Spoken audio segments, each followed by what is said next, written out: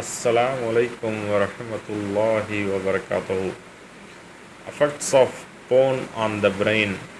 இந்த பயான் ஒன் இஸ்லாம் ப்ரொடக்ஷன்ஸ் என்ற யூடியூப் சேனலில் பதிவு செய்யப்பட்டுள்ளது. அதாவது ஆபாச படங்கள் பார்ப்பதினால் நம்முடைய மூளைகளுக்கு ஏற்படுகின்ற பாதிப்புகளை பற்றிய பயான் இங்கிலீஷில் பயான் செய்துள்ளார்கள். மனிதனுடைய மூளைக்கு நாம் இந்த ஆபாச படங்கள் மனிதனுடைய மூளையை சென்றடையும் பொழுது அது என்ன தாக்கத்தை என்னென்ன விபரீதத்தை உண்டு பண்ணுகின்றது என்பதை பற்றி தான் இதில் பேசியுள்ளார்கள். பாருங்கள், இப்பொழுது நாம் இந்த பயானை பார்ப்போம். Question today is, how does porn affect your brain? Now, there have been quite a lot of studies on this, and there is even some difference of opinion with regards to porn and the effects on the brain. You can do a bit of research on how that is, but the closest and I think most important parallel that's been drawn is between porn and cocaine. So a lot of people have compared porn addicts and the way the brain reacts to pornography to the way the brain reacts to cocaine, and porn addiction to cocaine addiction. There's this high that you want to experience. It's never going to be like the first time, so you always look for that feeling again and again, and then you get desensitized. Does everyone experience that? No. Is it something that has a high incident rate? Yes. So there are quite a lot of articles and research on this. You can do a bit of research yourself. It's beyond the scope of this video for me to go into all of these details. What needs to be understood though, that your brain is affected by pornography. And the effects that it has, especially in the formative stages where most men and women are exposed to pornography. We're going to talk a little bit about how women are affected by pornography in a later episode. But in those formative stages, specifically for men, it has a detrimental effect on their future intimate life. How is so? The brain develops, you could say, let's say this is point A and you're supposed to reach point B, right? But it's like it's moving towards, and porn comes in and pushes it off. So it does not reach its destination, right? So you're supposed to go from point A to point B. You're moving, and porn comes in and just kind of deviates you from your trajectory, from the correct path that you're supposed to take. Development, where you're going to have a proper intimate life, reactive to your spouse. Now, the brain is reacting to a 2D model. So you have length and width, you have the screen, and when you're faced with a 3D model, i.e. your wife, a woman, your brain is not going to recognize the sexual feelings, the desire, arousal was conditioned over and over again to the 2D model, the screen. And now you are with the 3D model and you're not able to react the same way, i.e. erectile dysfunction or porn-induced erectile dysfunction, which is a real thing that many clients say that they suffer from. So the brain is conditioned. Porn is the stimuli. Masturbation, usually an orgasm, is the positive reinforcement that you get pleasure. So there you want to do it more. It reinforces you to go back to it, right? Well, when you get married, it's time to get married. Now you have a real woman in front of you, and it does not work the same way. So in very basic terms, this is the most dangerous effect that it can have on your brain, on your life, your brain, your mind, because intimacy starts here. A man or a woman, but in this case a man, sees, touches, the brain gets prepared, certain hormones are released, certain neurotransmitters, and hence the man becomes erect.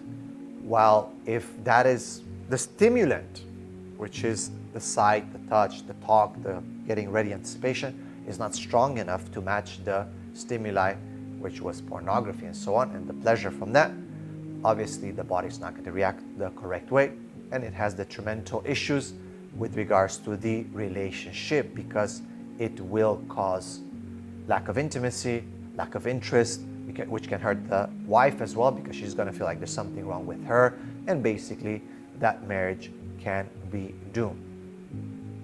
Just in summary, some people have compared your brain on pornography like an egg that's broken and put into a pan and it becomes fried, like a fried egg, right?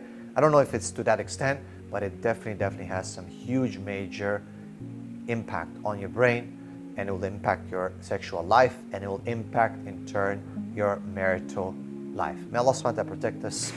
ஒருவர் ஆபாச படங்கள் பார்ப்பதால் அவருடைய மூளைக்கு என்ன பாதிப்பு ஏற்படுகிறது என்றால், ஒருவர் கொக்கைன் என்கின்ற ஒரு போதைப் பொருளை உட்கொள்ளும் பொழுது வருகின்ற அதே பாதிப்புகளை இந்த ஆபாச படங்களை பார்ப்பதினால் மூளைக்கு ஏற்படுகின்றது.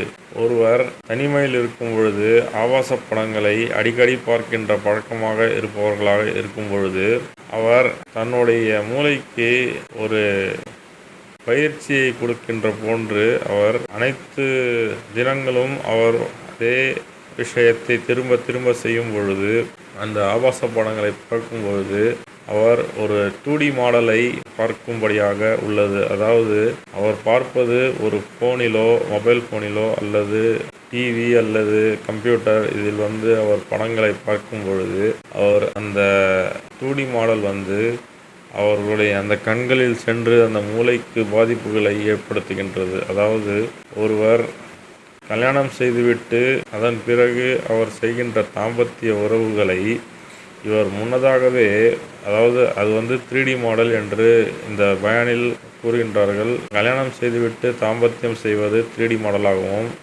ஆபாச படங்களை பார்ப்பது 2D மாடல் என்று கூறுகின்றார்கள். 2D என்றால் ஒரு ஸ்க்ரீனில் பார்க்கும் விஷயம் 2D, நாம் நேரடியாக பார்க்கின்ற விஷயங்கள் 3D என்று கூறுகின்றார்கள். அதனை உதாரணமாக கொண்டு கூறுகின்றார்கள். அதாவது நாம் ஒரு வீடியோவில் பார்க்கின்ற இந்த விஷயமானது நம்முடைய மூளைக்கு சென்றடையும் பொழுது அது நமக்கு உச்சத்தை ஏற்படுகின்றது. உச்சம் என்றால் அதாவது எரெக்ஷன், நம்முடைய பெனிஸ் எரெக்ஷன் உண்டாகுகின்றது. அது ஒரு இடத்திலிருந்து இன்னொரு இடத்துக்கு செல்லும் பொழுதுதான், அதாவது point A to point B என்கின்ற அந்த ஒரு இடத்திலிருந்து இன்னொரு இடத்துக்கு அந்த ஸ்டிமுலஸ் என்கின்ற அந்த ஊக்கம் கொடுக்கின்ற அந்த திரவம் கெமிக்கல் நம்முடைய மூளையில் சுரக்கும். அந்த ஸ்டிமுலஸ் ஒரு இடத்திலிருந்து இன்னொரு இடத்திற்கு, அதாவது மூளையிலிருந்து நம்முடைய பெனிஸுக்கு செல்கின்ற அந்த ஸ்டிமுலஸ் மூளையிலேயே மாட்டிக்கொண்டு சுற்றி கொண்டிருக்கின்றது. எதனால் என்றால் இந்த வீடியோக்களை பார்ப்பதினால். இந்த வீடியோக்கள் தான் 2D மாடல். அதாவது இந்த வீடியோக்களில் நாம் பார்க்கின்ற இந்த ஆபாச விஷயங்கள் எல்லாம் நம்முடைய மூளைக்கு நம்முடைய கண்களின் மூலம் செல்லும் பொழுது அது அந்த மூளையிலேயே சுற்றி கொண்டிருக்கின்றது. அந்த மூளைக்கு மட்டும் சந்தோஷத்தையும் ஆனந்தத்தையும், ஒரு வெற்றியை கண்டது போன்று ஒரு உணர்ச்சியையும் நமக்கு உண்டாக்குகின்றது. ஆகவே இதனை நாம் ஒரு போதைப் பொருட்களாக நாம் பயன்படுத்தும்படியாக இருக்கின்றது.